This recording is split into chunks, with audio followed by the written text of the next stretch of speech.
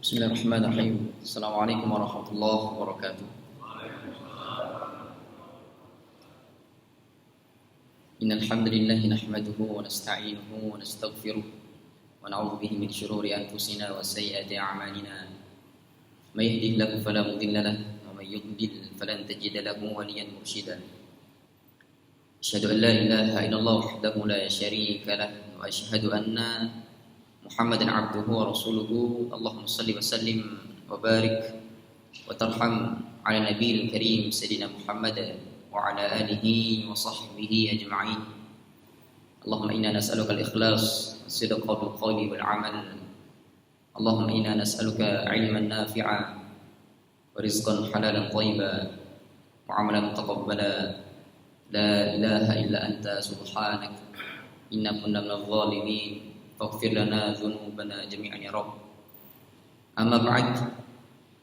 Jemaah Masjid Baitul Hikmah, Baitul Haq yang diminta Allah Subhanahu wa taala. Alhamdulillah, pada subuh yang berkah ini Allah Subhanahu wa taala masih terus memberikan kita kesempatan. Allah senantiasa masih menerbitkan matahari dari arah timur, bukan arah sebaliknya, arah barat. Ini mengindikasikan jemaah sekalian Allah Subhanahu wa taala, kalau kemudian Allah Subhanahu wa taala sudah menerbitkan yang namanya matahari itu dari sebelah barat, maka itu menjadi penutup untuk kemudian kita bisa memaksimalkan kehidupan ini untuk berbuat baik, beramal soleh, hanya tulus ikhlas kepada Allah Subhanahu wa taala. Salawat serta salam mari bersama-sama kita curahkan kepada junjungan kita Nabi Muhammad sallallahu alaihi wasallam. Jemaah sekalian Allah Subhanahu wa taala, tema kajian kita pada subuh yang berkah ini adalah tentang motivasi Al-Qur'an. Kita berbicara sedikit, insyaallah 15 menit ke depan kita akan sedikit membahas tentang bab-bab Al-Qur'an.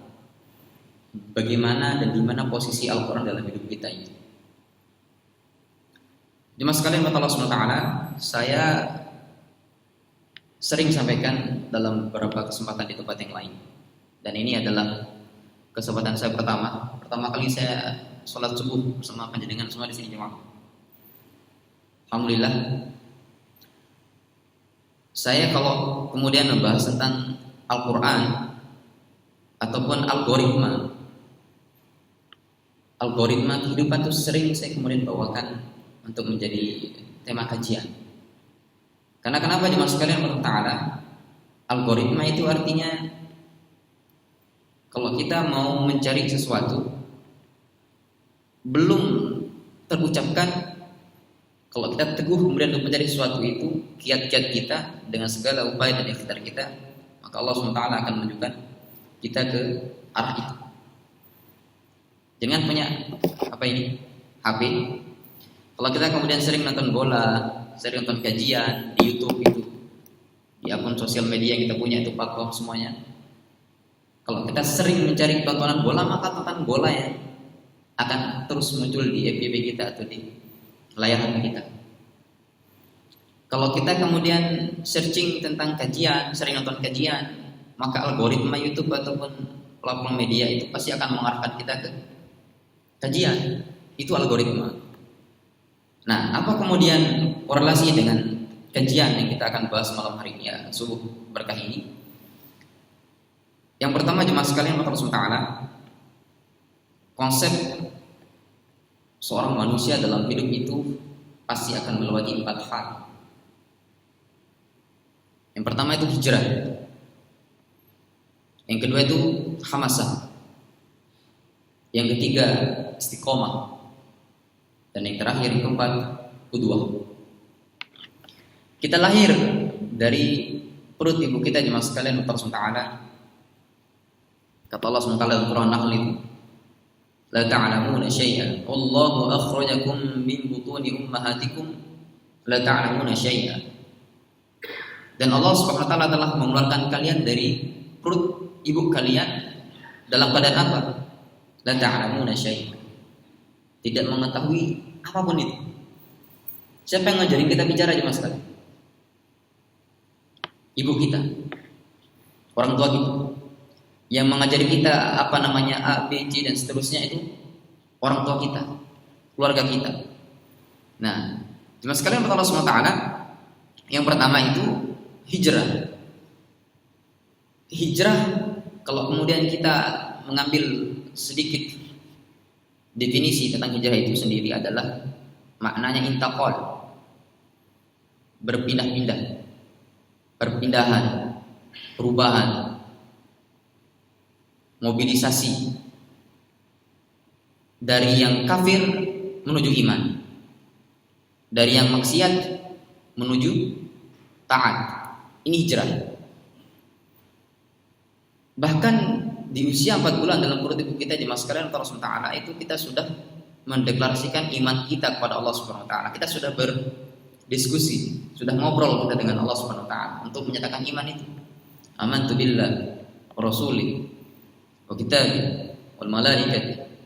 Jemaah sekalian Allah Subhanahu wa taala, kita kemudian keluar dari perut ibu kita, maka di situ adalah pintu awal kita untuk kemudian memasuki namanya pintu hijrah itu. Amantu billah wa rasuli, ya Allah saya telah beriman kepadamu dan kepada Rasulmu, maka saya akan mulai hari ini, mulai detik ini saya akan mengambil iman itu, mengaplikasikan iman itu dalam kehidupan saya sehari-hari sampai ke mukadimah tadi itu, sampai matahari terbit, sampai kiamat, sampai mati. Itu deklarasi kita jemaah sekalian Allah Ta'ala. Maka pantangan orang-orang baru hijrah itu biasanya semangat di awal. Kalau sekarang itu kita sering mendapati teman-teman dari kalangan pemuda banyak. Kemarin saya berkesempatan bertemu dengan teman-teman dari Surabaya Mengaji. Surabaya Mengaji itu organisasi hijrah. Jadi teman-teman yang nggak pernah ngaji jadi ngaji, tapi ada agenda-agenda outdoornya, temu kangen, meet up, main bola misalkan, futsal, outbound, itu agenda mereka. Jadi alhamdulillah saya kemarin berkesempatan untuk bertemu dengan mereka, Surabaya Mengaji. Nah, cuma sekalian Allah Subhanahu wa taala, kalau kemudian kita bicara tentang hijrah ini, pantangannya luar biasa. Tak sedikit kemudian kita temukan orang-orang yang pengen berubah untuk menjadi baik, akan tapi circle yang kemudian dia tempati posisinya itu jadi hambatan, menjadi alasan untuk kemudian dia tidak mau berubah. Lumpur itu masih lekat di dia. Dia pengen untuk kemudian bisa bergaul dengan teman-teman kajian, sering ikutin majelis ta'lim, cuma karena circle-nya dia nongki.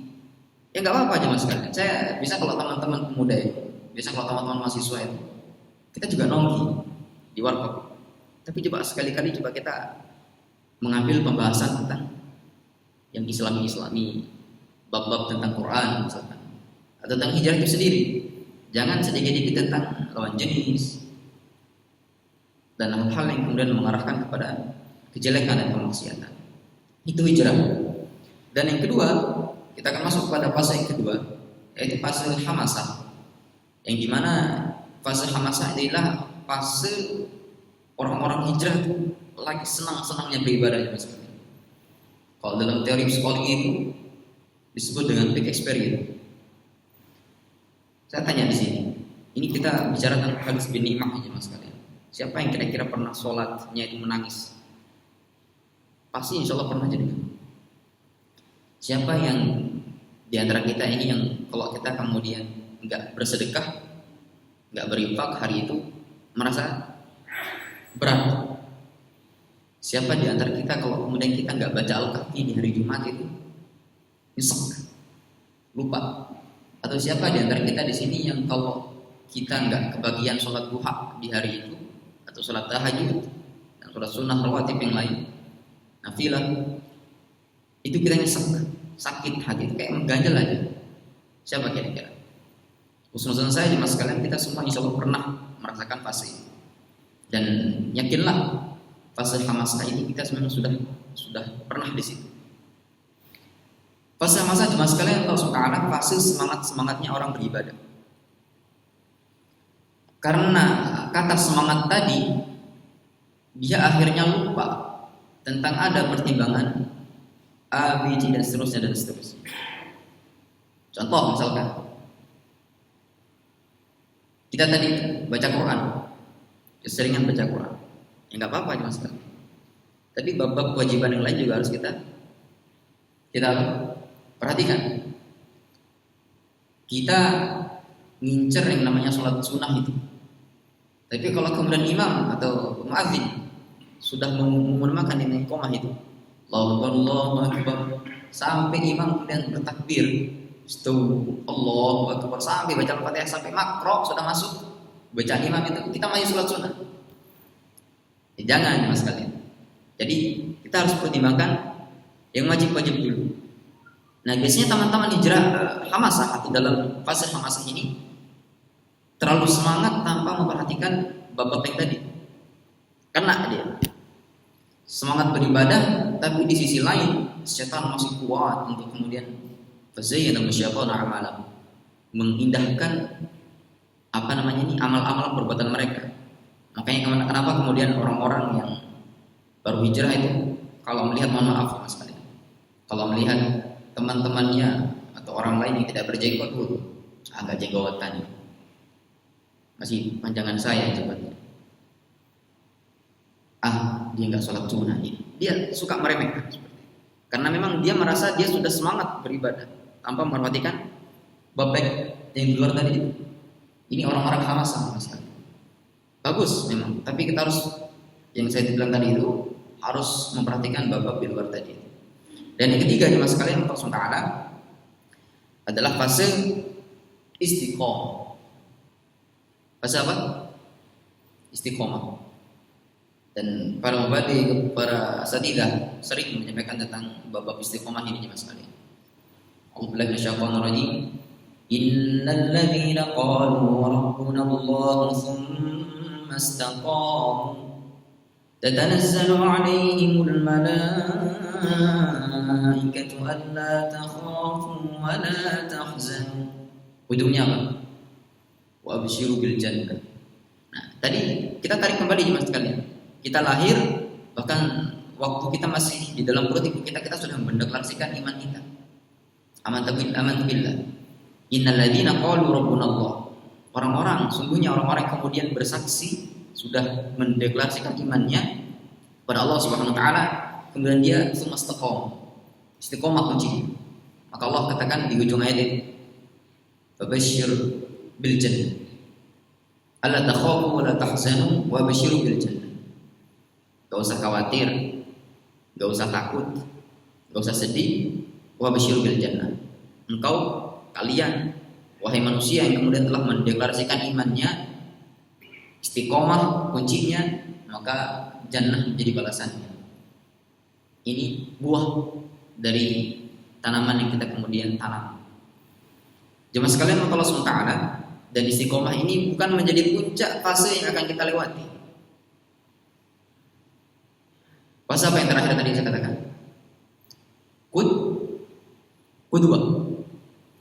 Qudwah ini adalah contoh, figur, dan figur utama kita dalam kehidupan ini tak lain dan tak bukan adalah baginda Nabi Muhammad SAW.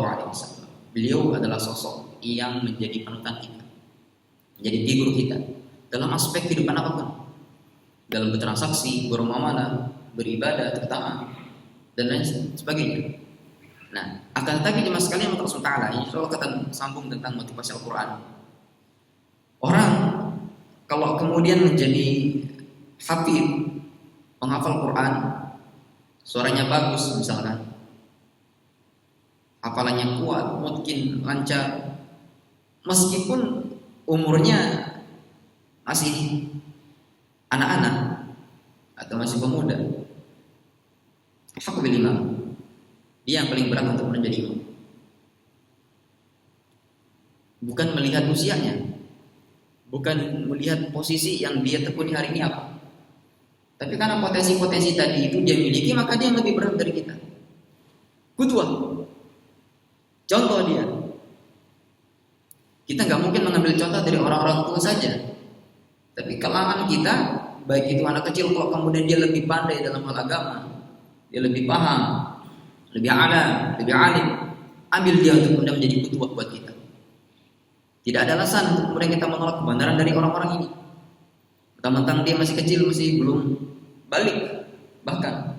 Tapi karena dia kemudian memiliki potensi-potensi tadi, dia punya hafalan bagus, akidahnya luar biasa, akhlaknya, bermuamalah dengan orang-orang sekitarnya itu luar biasa.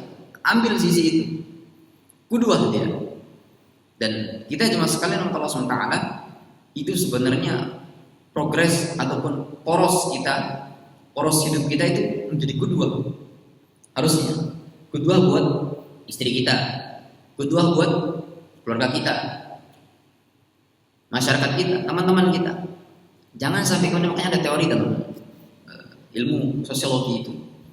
Anda kalau kemudian bertemu dengan kolega-kolega Anda, dengan teman-teman Anda, cuma dua posisi yang Anda ambil: mempengaruhi atau terpengaruhi.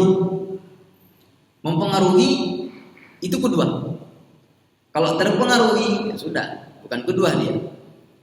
Mempengaruhi itu tadi, dia kemudian punya circle yang dalam circle-nya itu tidak pernah sholat, maka dia menjadi qudwah di situ. Mempengaruhi larinya, bukan terpengaruhi. Dia yang punya circle warung-warung kopi, warkop itu, kalau kemudian azan sudah dikumandang, menjadi qudwah kita di situ. Ayo, nanti kita sambung lagi nongki kita. Qudwah.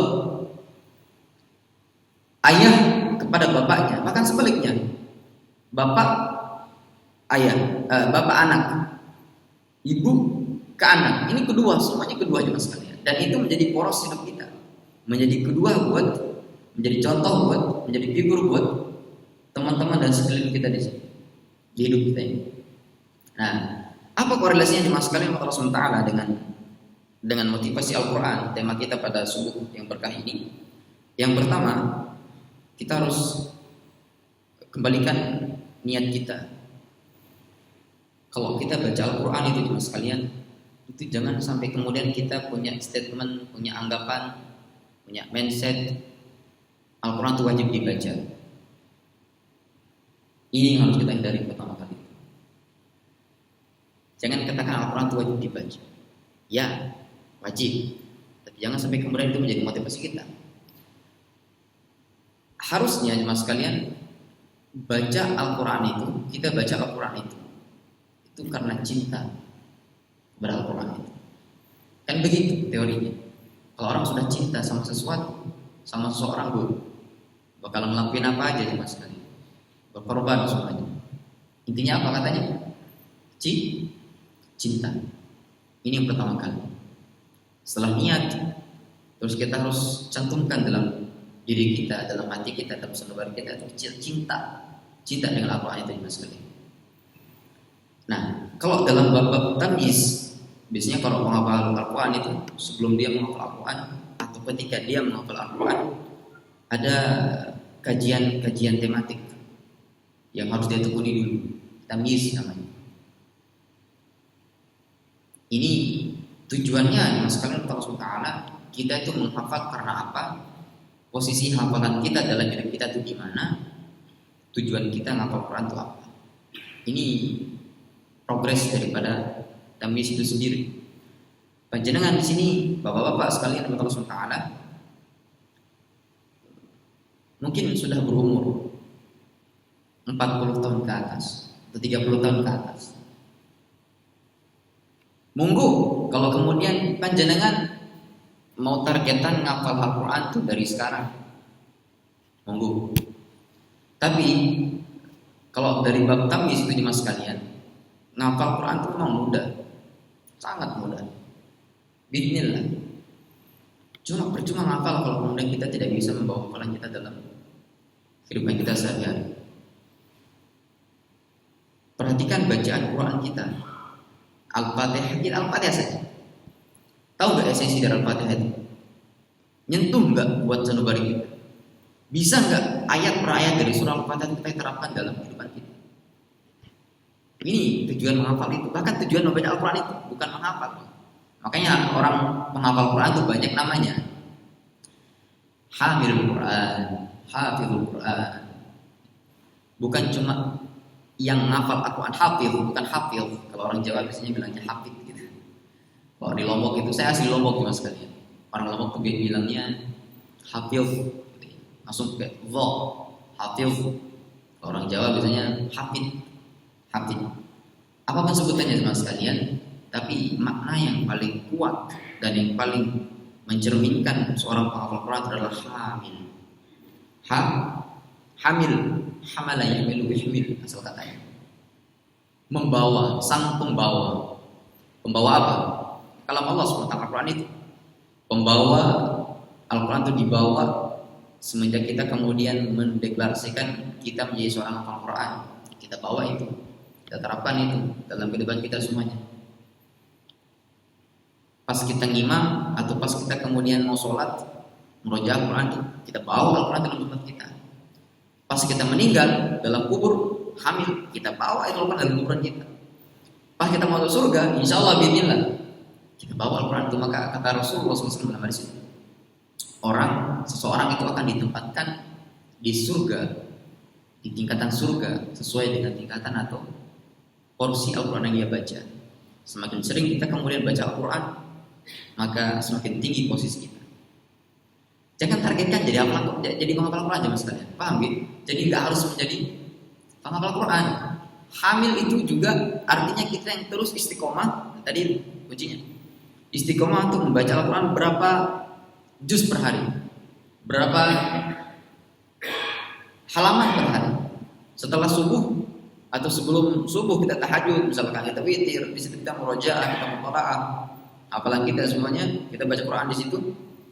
Qobliyah subuh kita baca masih, ba'da subuh kita baca sampai syuruk, 2 sugro, 2 kubro. Jangan baca Quran di situ. Ini juga tanpa jangan targetkan untuk hafal Quran, jangan sudah insya Allah termasuk dari utama-utama tadi. Hamil Quran, para pembawa Al-Quran, ahlullah, insya Allah. Jadi kita harus tahu pertama niat, menata niat kita. Kemudian kedua, kita harus tahu kita ngapal Al-Quran itu karena apa, kita baca Al-Quran itu karena apa. Sedikit juga nggak apa-apa, yang penting kita istiqomah. Itu kan kuncinya kalau dalam kunci bab istiqomah itu nggak harus banyak, nggak harus berapa rakaat, nggak harus banyak hafalannya, nggak harus banyak bacaannya. Yang penting sedikit tapi kita istiqomah, udah itu aja. Wa basyiru bil jannah, dan berilah kabar gembira bagi orang-orang yang istiqomah tadi itu. Mas sekalian Allah SWT, saya kira itu motivasi Al-Quran pada subuh yang berkah ini. Mudah-mudahan Allah SWT menjadikan kita qudwah buat anak-anak kita, buat keluarga kita, buat masyarakat, teman-teman dan orang lain, sehingga Allah SWT janjikan bagi orang-orang tadi melewati fase 4 itu, wa bisyirul bil jannah, alla takhafu wa la tahzanu wa bisyirul bil jannah. Jangan khawatir, jangan sedih, jangan takut. Kalian akan diberi kabar gembira bahwa surganya Allah Subhanahu wa taala. Amin amin rabbal alamin. Mari kita tutup majelis taklim kita dengan sama-sama baca doa kafaratul majelis. Subhanakallahumma wa bihamdika asyhadu an la ilaha illa anta astaghfiruka wa atubu ilaik. Assalamualaikum warahmatullahi wabarakatuh.